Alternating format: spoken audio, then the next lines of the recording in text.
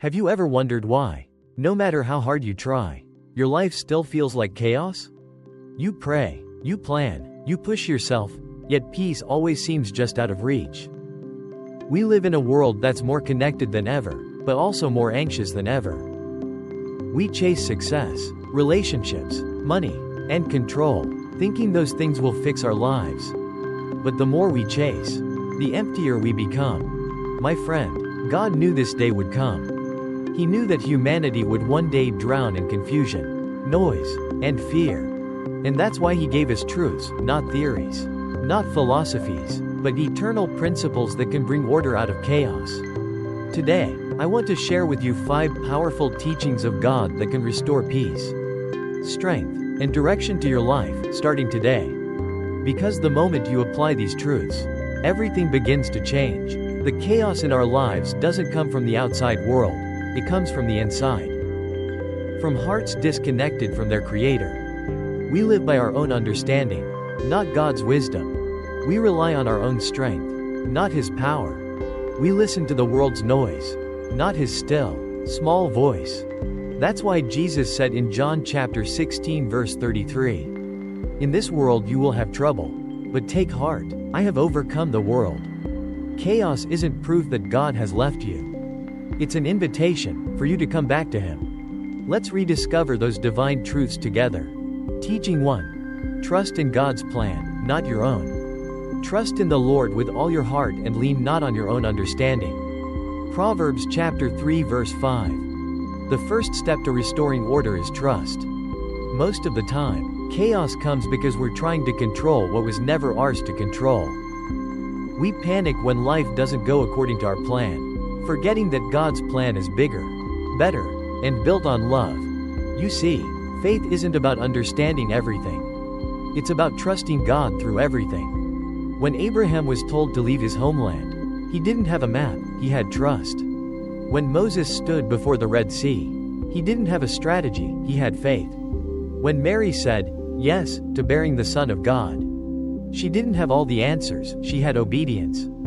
And that's where peace begins. When you surrender your plan and say, "Lord, I don't see the way, but I trust that you do." Teaching 2. Love unconditionally, because love brings order.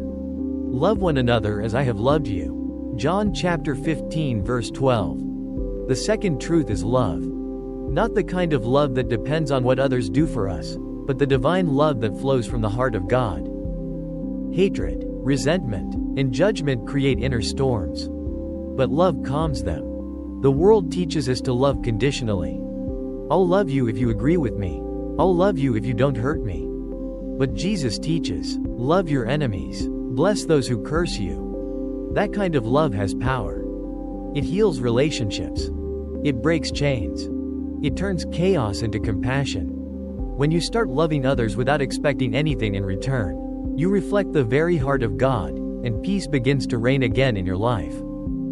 Remember, God is love, and where love abides, confusion cannot stay. Teaching 3. Forgive freely, to set yourself free. If you do not forgive others their sins, your Father will not forgive your sins. Matthew chapter 6 verse 15. The third teaching is forgiveness. Nothing keeps the soul in bondage more than bitterness. Unforgiveness is like drinking poison and expecting the other person to die. You think you're punishing them, but you're only destroying yourself. God calls us to forgive, not because others deserve it, but because you deserve peace. When Jesus hung on the cross, after being betrayed, beaten, and abandoned, He still said, "Father, forgive them." That wasn't weakness, it was divine strength. And if you want to fix the chaos in your life, start by letting go of what's holding your heart hostage. Forgive, not to forget, but to be free. Teaching 4. Be humble, for true strength comes from surrender. Whoever wants to be great among you must be your servant. Mark chapter 10 verse 43. The fourth teaching is humility. The world says, stand tall, show your power, prove your worth. But Jesus knelt down and washed His disciples' feet. Humility is not weakness, it's wisdom. Because when you lower yourself before God, He lifts you up higher than you could ever climb on your own. Pride builds walls. Humility builds bridges. When you stop trying to prove yourself to the world and start serving from a heart of love, you find strength that no chaos can shake. The humble heart is the strongest heart, because it's anchored in God, not ego.